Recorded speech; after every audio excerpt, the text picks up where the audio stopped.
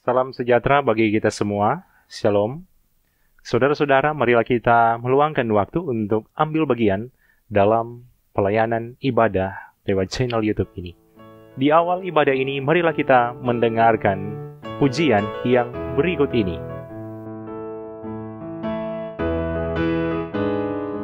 Indah, mulia, bahagia penuh, bersandarkan lengan yang kekal. Damai dan berkat sungguh milikku, bersandarkan lengan yang kekal. Aman, aman, dari bencana dan sesat. Aman, aman, bersandarkan lengan yang kekal. Tiada ku cemas, takut pun enyah, bersandarkan lengan yang kekal. Hatiku tenang, ku dihentarnya, bersandarkan lengan yang kekal. Aman, aman, dari bencana dan sesat. Aman, aman, bersandarkan lengan yang kekal.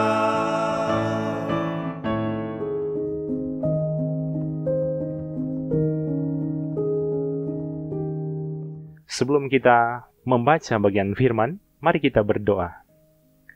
Sungguh kami bersyukur kepadamu Tuhan, karena Engkau boleh memberikan kesempatan kami menikmati hari ini. Dan di saat ini, kami memiliki kerinduan untuk ambil bagian dalam pelayanan ibadah ini, membaca, merenungkan firman-Mu. Biarlah firman ini membuat kami semakin mencintai Engkau dalam kehidupan setiap hari. Di dalam nama Yesus Kristus kami berdoa. Amin. Firman Tuhan di hari ini dalam kitab Yeremia pasal 10 ayat 8 dan 9 berkata begini.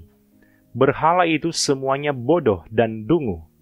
Petunjuk dewa itu sia-sia, karena ia hanya kayu belaka. Perak kepingan dibawa dari Tarsis dan emas dari Ufas. Berhala itu buatan tukang dan buatan tangan pandai emas. Pakaiannya dari kain ungu tua dan kain ungu muda. Semuanya buatan orang-orang ahli. Tema renungan di hari ini, berhala itu bodoh dan dungu.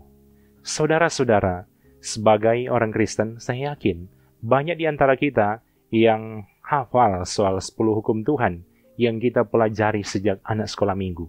Ini adalah salah satu dasar penting bagi umat Israel, tapi juga bagi kita semua.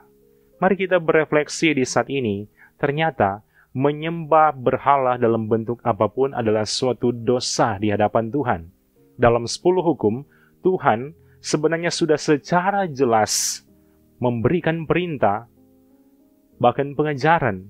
Di dalam 10 hukum tersebut, kita bisa melihat hukum pertama dan kedua memiliki makna yang sama, yaitu berbicara soal Allah lain, dan jangan menyembah berhala dalam bentuk apapun, dan jangan menyembahnya. Salah satu dosa favorit bangsa Israel adalah penyembahan berhala.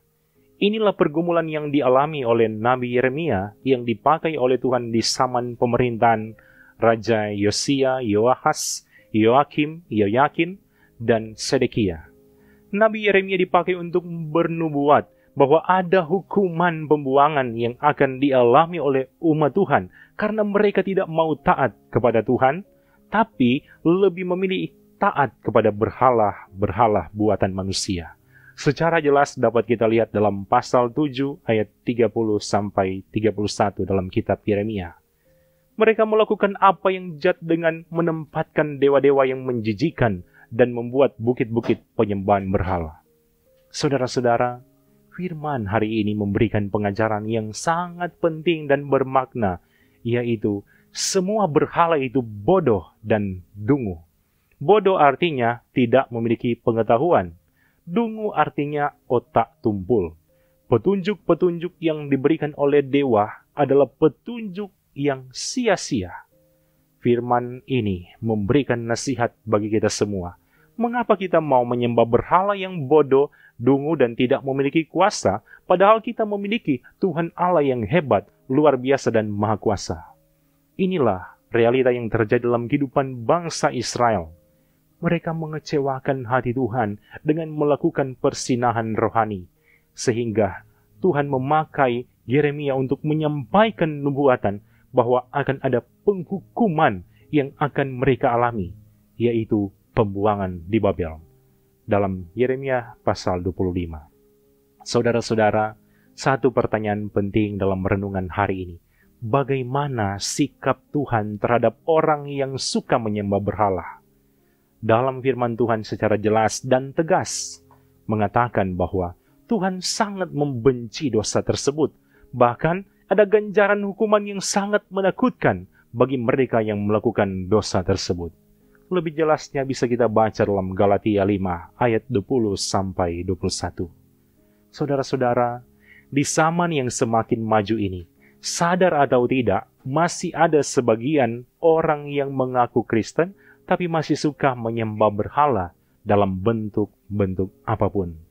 Contoh kepercayaan yang tanpa kita sadari, termasuk penyembahan berhala di zaman sekarang ini, yaitu percaya pada mitos-mitos yang diwariskan secara turun-temurun.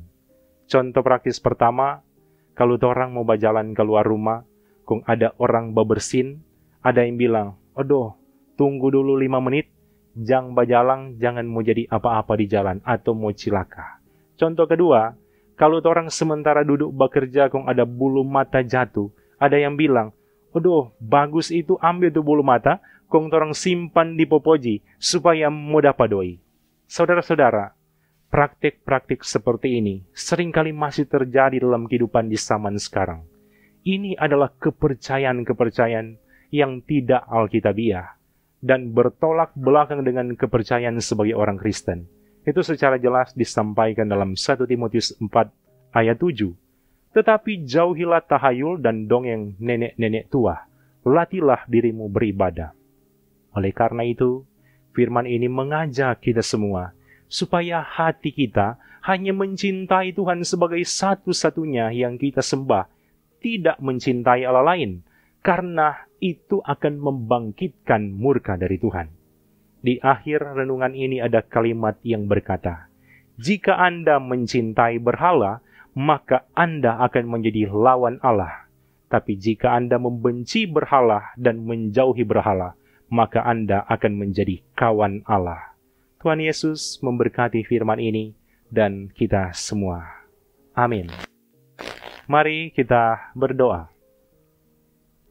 Bapa kami yang di surga, Bapa yang kami kenal lewat Yesus Kristus, terima kasih karena di saat ini kami boleh diberikan kesempatan ambil bagian dalam pelayanan ibadah ini, bahkan sudah membaca dan merenungkan firman.